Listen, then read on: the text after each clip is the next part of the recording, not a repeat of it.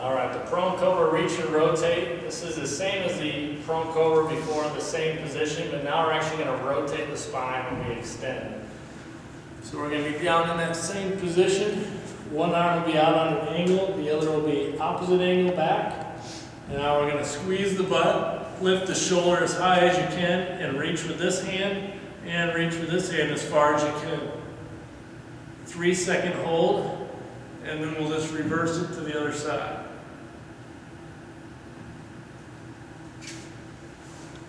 Your legs, this will be actually be a fairly easy exercise.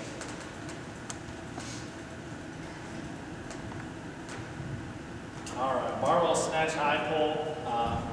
When we do the snatch high pull, really means it's just a hang snatch, but instead of actually squatting down to catch the weight, we're actually just going to be standing fairly upright on the catch.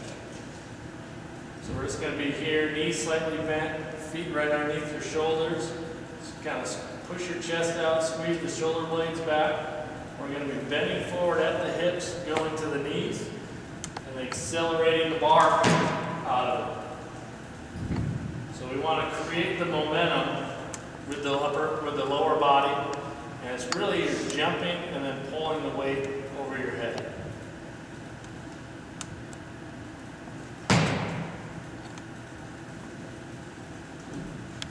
85 to 95 pounds would be a good weight. So with the RDL, it's actually almost the same as a bed row. We're going to get the grip just outside your hips, stepping forward. Knees are slightly bent, chest is up. We're going to squeeze the shoulder blades back, creating that tension in the upper and lower back. And we're going to just bend forward at the hips. We're going to go down as low as we can until we start to feel a stretch in the hamstrings. And then from there, we're going to extend up and stand up tall. The one thing that people do a lot of times is they stand up and then push the hips forward, which puts a lot of pressure to the low back. So we want to keep the hips underneath the shoulders and stand up as tall as we can. But we do want to extend the hips and stand up tall. So again, just bending the knees, coming forward. The bar actually travels right down your thigh. The closer you keep the bar to your body, the easier it is on your low back. So the chin up really is just the grip. So chin up grip is just your palms facing you. It just gets a little bit more of the long head of the bicep in, which we want to strengthen to prevent some shoulder pain. The other kind of grip would just be a pull-up grip, which would be your knuckles facing you. So we're going to do the chin up grip. Usually you'd have some kind of box, or if the bar is a little bit higher, just to step on to get a good grip on the bar. For you in the beginning, you want to pull up and then probably start by just going 90 degrees and kind of doing this range of motion of a chin up. As you get better at it, you can go a little bit lower, below 90. And then if you can do more than 8 of those, you probably want to go all the way to a hang.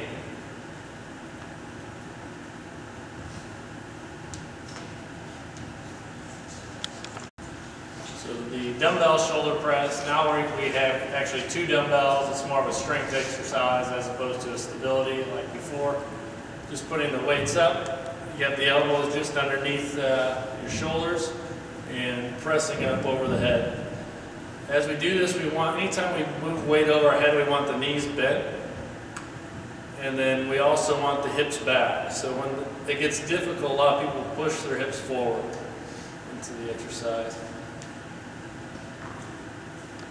All right, the psoas stretch. Really with this one, you just kind of in a lunge stance, and you actually take the back leg and rotate it in a little bit. So with that, then what we want to do is actually posteriorly rotate the pelvis. And if you actually squeeze your butt on your right side, if your right knee's on the ground, it kind of helps posteriorly rotate the hips.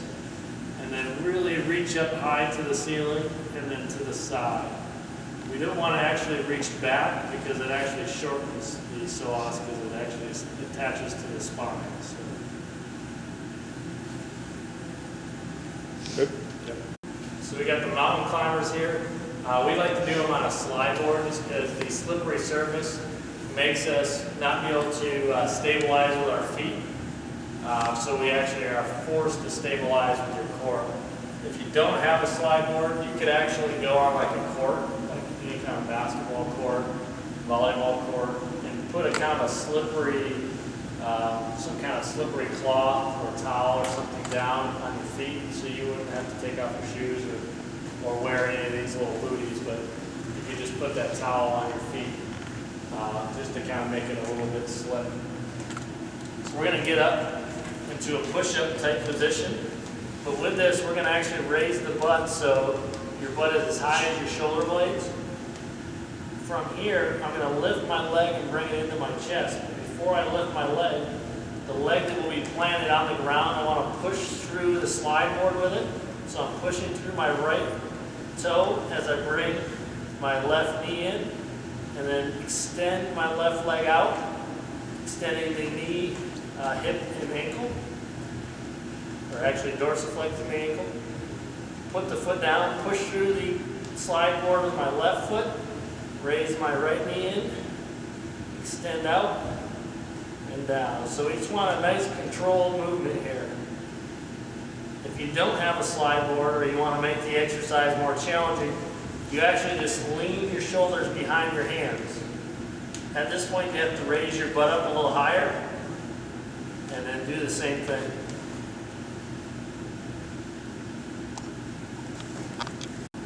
So one leg hip extensions here. It's going to lay on your back. Bring your foot in close to your butt. You don't have to like bring it in really tight. You want to make sure that you can keep your foot flat. Just keep your opposite leg straight, and pushing through your heel, you want to lift your hips. And once you get to the top range of motion, you actually want to push them up just a second time. So that extra second little pop up is going to really max out the hip extension.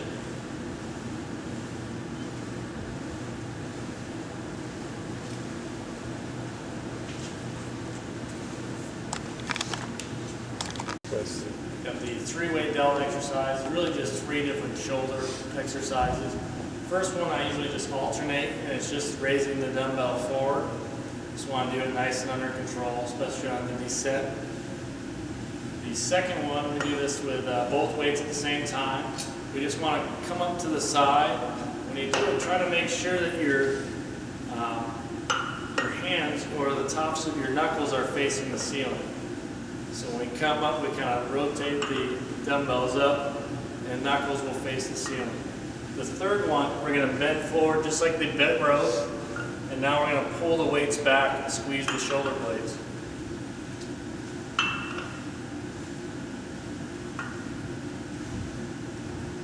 Do one more of those. Make sure I got it. Do one more of the bed, I think, just so I can get it lower. Sorry.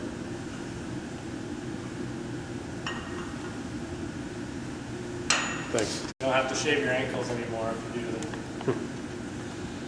All right, so we got a band side shuffle here. One of the keys is we want to keep your stance. It doesn't ever get really close, so we always want to have at least a shoulder width stance through it. We want to keep your shoulders flat, and we just bend the hips slightly into the exercise. And we just reach and extend. So we go about 10 yards, and then back the other way.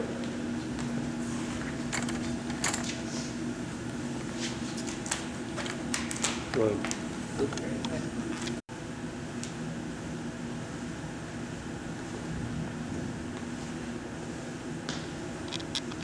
See, the external rotator cuff exercise, we can use a cable or a band.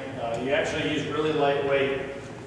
Some of the cable machines, you might even use 2.5 pounds. So usually between 2.5 and 7.5 pounds.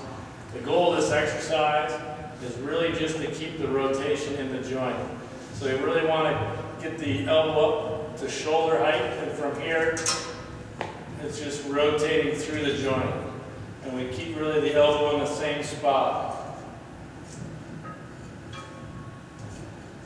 If you get too heavy of a weight, a lot of times you start to have to pull with your arm also. and that isolation will rotate it back.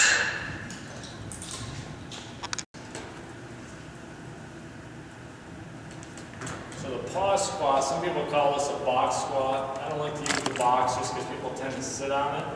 Anytime you have the weight on your back and you sit down, it really loads the spine in a poor way. So we actually just do a pause squat where we pause at the bottom for a couple seconds before exploding out of the exercise. The one difference between a regular back squat is because we have a light weight and we're really working on exploding out of the bottom, you actually have to hold the weight down onto your shoulders. Because the bar, as you come up, might want to just jump a little bit. So when you get in here and you squeeze the shoulders back, really pull the bar down onto your shoulders so it's nice and stable. We're just going to go down nice and slow into the squat. At the bottom, you hold it for 1, 2, and then you just pop out of the bottom. So we actually don't want to jump. Your heels might come off the ground a little bit, but we actually push through the heels as we go. We don't want to go up on the toes. If you actually do go on your toes, it's just because you created momentum at the very end. So you're going down, pausing at the bottom, 1, 2, and then pop out. So you should do the box squat instead. Yeah, I'm all right.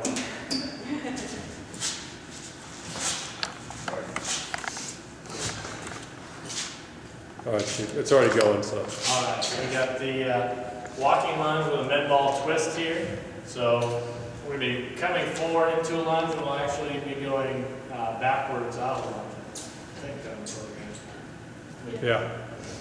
So when we do it, we're going to lunge. Whenever you lunge, you always want to have step, and then have descend into the lunge so the weight is on the heel, the knee is over the heel, the shoulders are over the hips. So we're going to use the med ball actually to kind of throw your body off. Kind of actually throw it off and kind of take its balance away. So a forward med ball walking lunge, if I lunge with my right leg, I'm going to bring the ball in a high arcing movement to my left side. So if I move the ball quick, I'm going to come out of the lunge quick. Same thing going back. It's a little bit harder. You keep the balance, take a big long stride going back.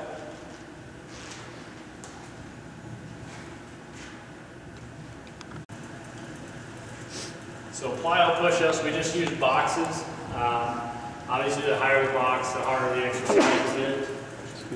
From here, you can either start from the ground or you can start from the box. I like to start from the box to kind of get the plyo effect right away.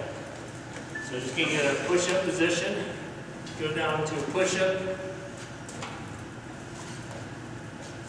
So we really want the flick of the fingers to get you up. So we really want the extension of the hands. All right, we got cable circles and we have cable wood chop. So the cable circles here, we're going to grab opposite arm first here. So reaching across your body, grabbing the cable, putting the other hand over on top.